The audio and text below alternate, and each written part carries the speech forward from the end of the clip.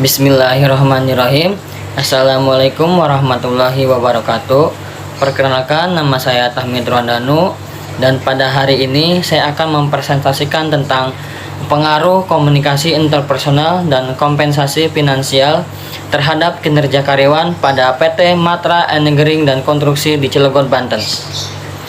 Latar belakang masalah.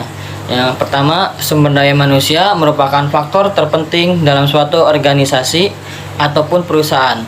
Setiap organisasi dituntut untuk dapat mengoptimalkan dan mengelola sumber daya yang dimiliki. Pengelola sumber daya manusia dalam suatu organisasi tidak lepas dari faktor karyawan yang diharapkan dapat berprestasi sebaik mungkin agar terciptanya sumber daya yang unggul dalam mencapai tujuan suatu organisasi. Yang kedua, manajemen sumber daya manusia sangat berpengaruh terhadap efektivitas organisasi dan kemampuan bersaing organisasi. Dengan demikian, maka perusahaan dituntut mampu memperdaya dan mengoptimalkan faktor sumber daya manusia yang terbatas jumlahnya. Untuk mencapai tujuan perusahaan secara efektif dan efisien, yang kedua itu ada identitas masalah. Yang pertama, belum adanya kinerja yang sesuai dengan harapan perusahaan.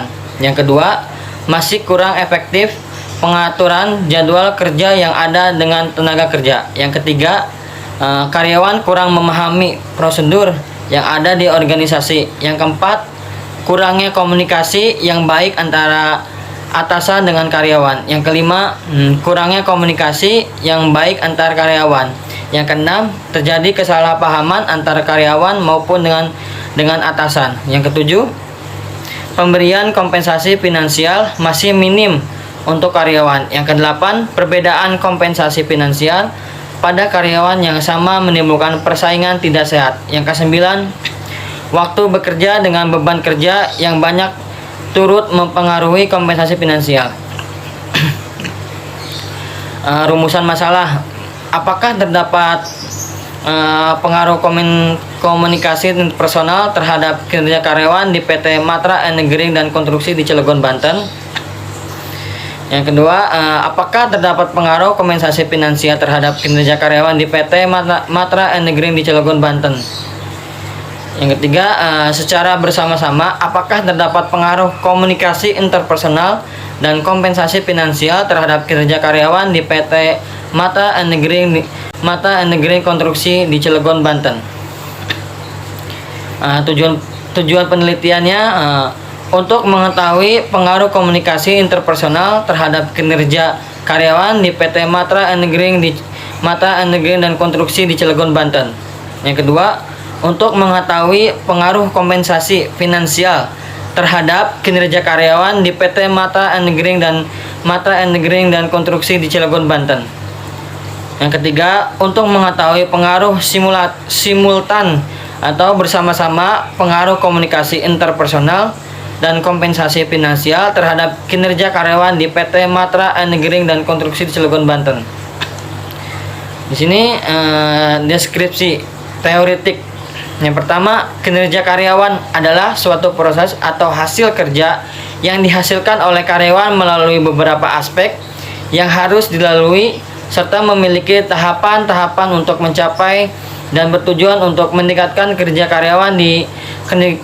karyawan itu sendiri. Yang kedua, kompensasi finansial adalah sebuah bentuk balas jasa yang diberikan perusahaan kepada karyawan dengan bentuk uang meliputi upah, gaji, komisi, dan tunjangan-tunjangan yang lainnya. Yang ketiga, komunikasi interpersonal atau antar pribadi, komunikasi yang dilakukan para pelakunya dalam skala jumlah yang terbatas dan kecil. Di sini ada hipotesis penelitian.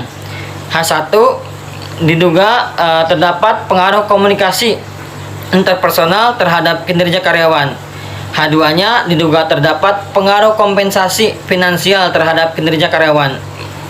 H3-nya diduga terdapat pengaruh komunikasi interpersonal dan kompensasi finansial terhadap kinerja karyawan. Di sini ada metodologi penelitian. Gambar umum. Nama perusahaan PT Matra Engineering dan Konstruksi kontraktor pembangunan. Tahun berdirinya 2009. Tempat dan waktunya, tempat penelitiannya PT Matra Engineering dan Konstruksi yang berada di Cilegon. B nomor 8 RT 01 RW 04 Desa Kedalaman Cibeber Kota Cilegon Banten. Waktu penelitiannya 3 bulan sesuai jadwal dari Universitas Bina Bangsa, terhitung mulai tanggal 10 Mei 2022 sampai tanggal 30 Juli 2022. Metode yang digunakan itu metode kuantitatif dengan menggunakan pendekatan metode survei. Yang di sini ada metode penelitian. Populasi dalam penelitian ini adalah karyawan di PT Matra Engineering dan Konstruksi yang berjumlah 60 orang. Sampelnya itu, teknik pengambilan sampel dalam penelitian ini menggunakan teknik sampel jenuh yang menjadikan semua anggota populasi sebagai sampel karena jumlah populasi 60 orang. Teknik pengambilan datanya, data primer, diperoleh dengan cara membagikan kuesioner dan melakukan wawancara kepada pihak terkait. Data sekundernya diperoleh penelitian secara tidak langsung melalui perantara atau diperoleh dan dicatat oleh pihak lain.